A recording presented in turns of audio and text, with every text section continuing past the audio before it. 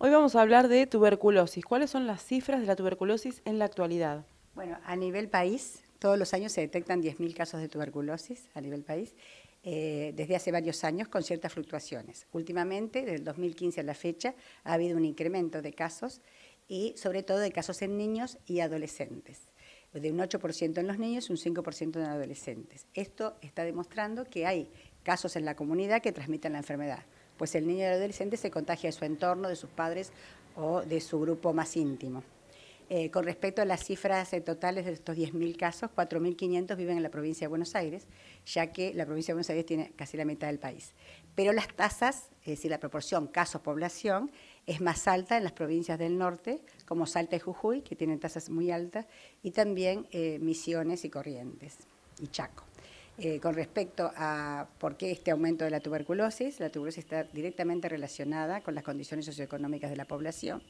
Es decir, que al aumentar la pobreza, la gran cantidad de personas que viven tienen ingresos debajo del índice mínimo para subsistir, tiene mayor predisposición, sobre todo por la mala alimentación, el hacinamiento, las condiciones de la vivienda inadecuadas, sin ventilación, trabajo inestable, y también no solo las personas que tienen bajos recursos, también personas que están en condición socioeconómica mejor, pueden enfermar si tienen enfermedades que disminuyen su inmunidad.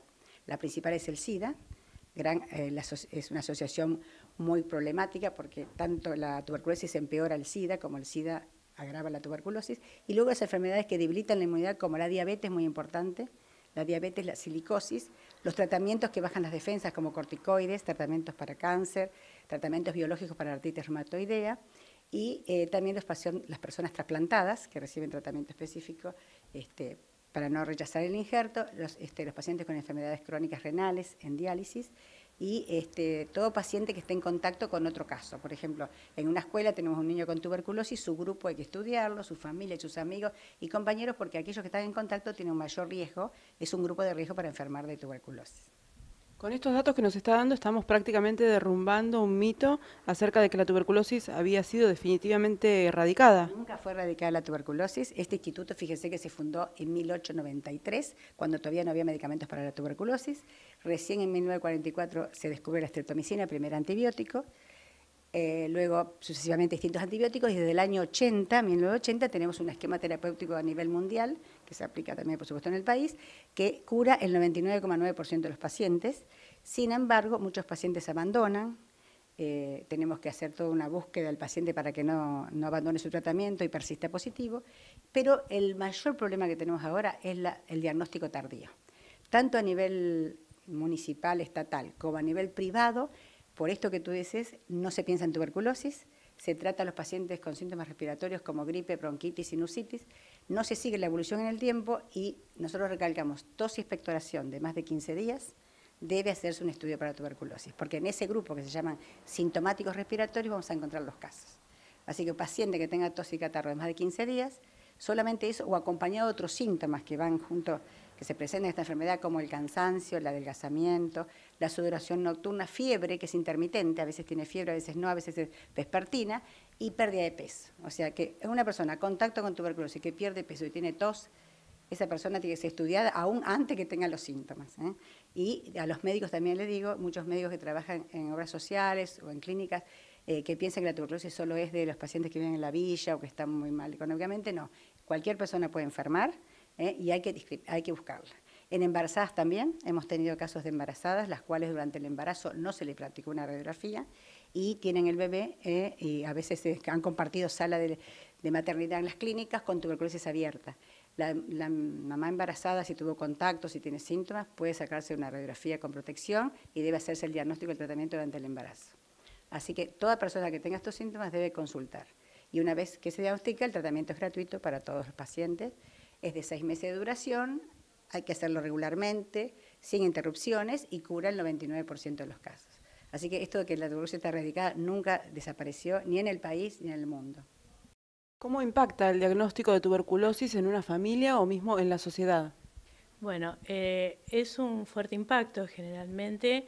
La gente se asusta a veces, yo digo por lo que fue la tuberculosis, porque al no haber información al respecto y a pensar que ya no existe, que es algo raro, algunas personas se asustan mucho y surge inmediatamente el miedo a la marginación y a la segregación por tener tuberculosis, como pasa con la mayoría de las enfermedades transmisibles, ¿no? La persona que tiene esta afección muchas veces es vista como peligrosa, como que te puede transmitir la enfermedad, y en realidad la peligrosidad fue previa al diagnóstico y nadie es culpable de estar enfermo. Cualquiera de nosotros, como dijo la doctora Colino, nos podemos enfermar, y el tema es tener un tratamiento oportuno, un abordaje también integral, donde la persona pueda ser vista por médico, trabajador social, psicólogo, y para trabajar esa complejidad,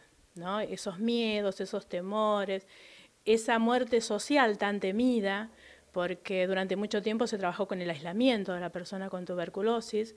Hoy no es necesario. Hoy, si la persona está en tratamiento y se toman las medidas preventivas, como el uso de barbijo, el control de los contactos, la quimioprofilaxis cuando es necesaria, que es una pastillita que los pacientes toman, o un jarabe unos niños, para que no se contagien, el riesgo ya pasó. Nosotros decimos el riesgo estuvo cuando la persona no sabía que tenía tuberculosis. Cuando se diagnostica, a los pocos, al mes, capaz que la persona, o a los días, ya no va a contagiar más, y esa familia, si se hace el control correspondiente, va a estar protegida, va a estar cuidada. Entonces, el riesgo fue previo. Pero el temor a la discriminación, a la marginación y a ser visto como alguien peligroso, atenta contra también los tratamientos y contra el control de la epidemia. Porque mucha gente tiene que decir, o en la escuela, o en su trabajo, en su familia que tiene tuberculosis, para que nosotros podamos acceder a esos controles y interrumpir la cadena de transmisión. ¿Se trabaja también dentro de la familia? Sí, inmediatamente que la persona se diagnostica, se cita a la familia para tener charlas, para ser controlados, para ver si hay alguna otra persona enferma o no, porque si no se trata la familia, como decía la doctora, sobre todo en los niños, puede haber alguien que está enfermo y no se dio cuenta, o tuvo síntomas y pasaron desapercibidos, o no se dio cuenta. Por ahí a veces la tos, alguien te dice, sí, yo fumo, tengo tos, es normal. No, como dice la doctora Colino, no es normal tener tos. Hay que hacerse tratar, hay que buscar, qué produce esa tos, ¿no? O trabajo muchas horas, estoy cansado, perdí peso porque trabajo mucho, porque no es mi caso. Pero bueno, y esos son síntomas de tuberculosis. Si vos perdés más del 10% de tu peso sin hacer ninguna dieta, sin hacer ningún tratamiento, es un síntoma que puede ser de tuberculosis también. Si estás muy cansado, también ese cansancio, ese decaimiento es un síntoma de tuberculosis, y a veces esos síntomas pasan desapercibidos. Y como no hay información con respecto a que la tuberculosis está con nosotros siempre decimos la que volvió y nunca se fue, porque es una endemia, se suman todas estas variables y a veces pasan meses entre que la persona es diagnosticada y nos perdemos esa oportunidad maravillosa de curarla, tratarla y de prevenir en los grupos cercanos. Y de poder incidir fundamentalmente en su entorno, que también es muy importante.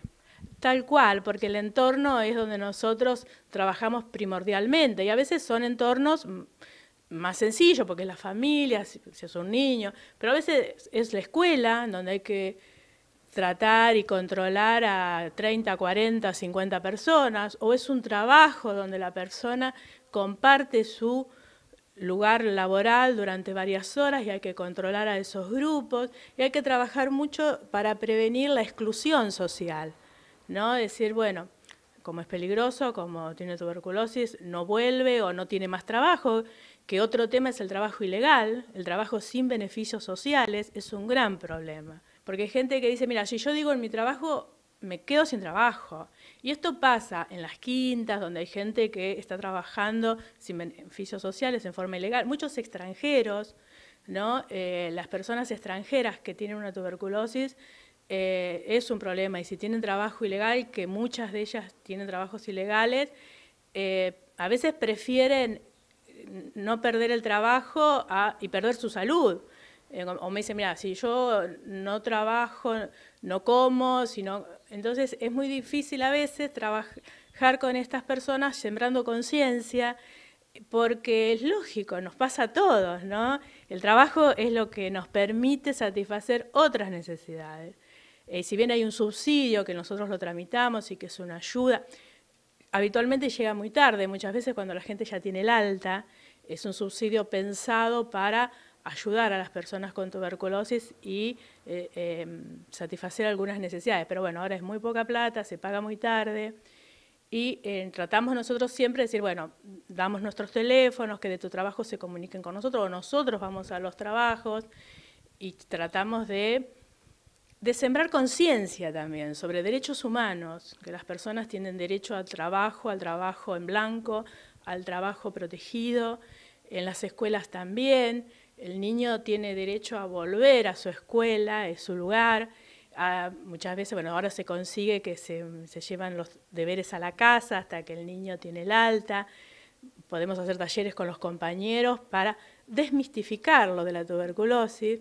Y lo que pasa es que los chicos por ahí no tienen tanto miedo a la tuberculosis porque no saben lo que es. Se lo transmiten los papás o los abuelos, que por ahí vivieron, o los abuelos sobre todo, otra época de la tuberculosis, donde la tuberculosis no se curaba, donde se morían familias enteras. Pero esto fue, por eso te decía hoy, muchos se asustan por lo que fue la tuberculosis, no por lo que es ahora. Y también porque, más que por la enfermedad, por esa temida muerte social, ¿no? El aislamiento, quedarse solo, que nadie te quiera porque tenés esta afección. Y pasa con todas las enfermedades transmisibles. Lo vivimos con el VIH, con el SIDA, lo vivimos con el cólera cuando hubo un brote de cólera, lo vivimos con la tuberculosis, que cuando se transforma el enfermo en alguien peligroso, bueno, muchas veces se queda solo. Y eso es lo más temido, el dolor psíquico que produce la soledad, el aislamiento, ¿no? Como seres humanos nacimos para estar en sociedad, para vivir en grupo, somos seres gregarios. Entonces, quedarse solo es lo más temido. Fundamental entonces crear conciencia y ante el primer síntoma poder asistir para ser examinado. Exactamente.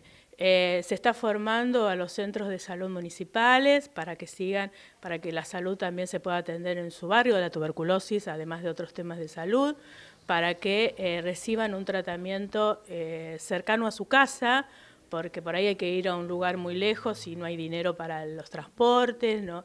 Se tienen que trasladar familias enteras, entonces desde acá se ayuda al traslado de las familias cuando no hay recursos, pero muchas veces es una incomodidad, o si la persona no lo dice porque nosotros nos quedamos esperando y la persona no puede llegar hasta acá. Por eso también se forma a los centros de salud en los barrios para que puedan atender la problemática cerca de los domicilios de las personas.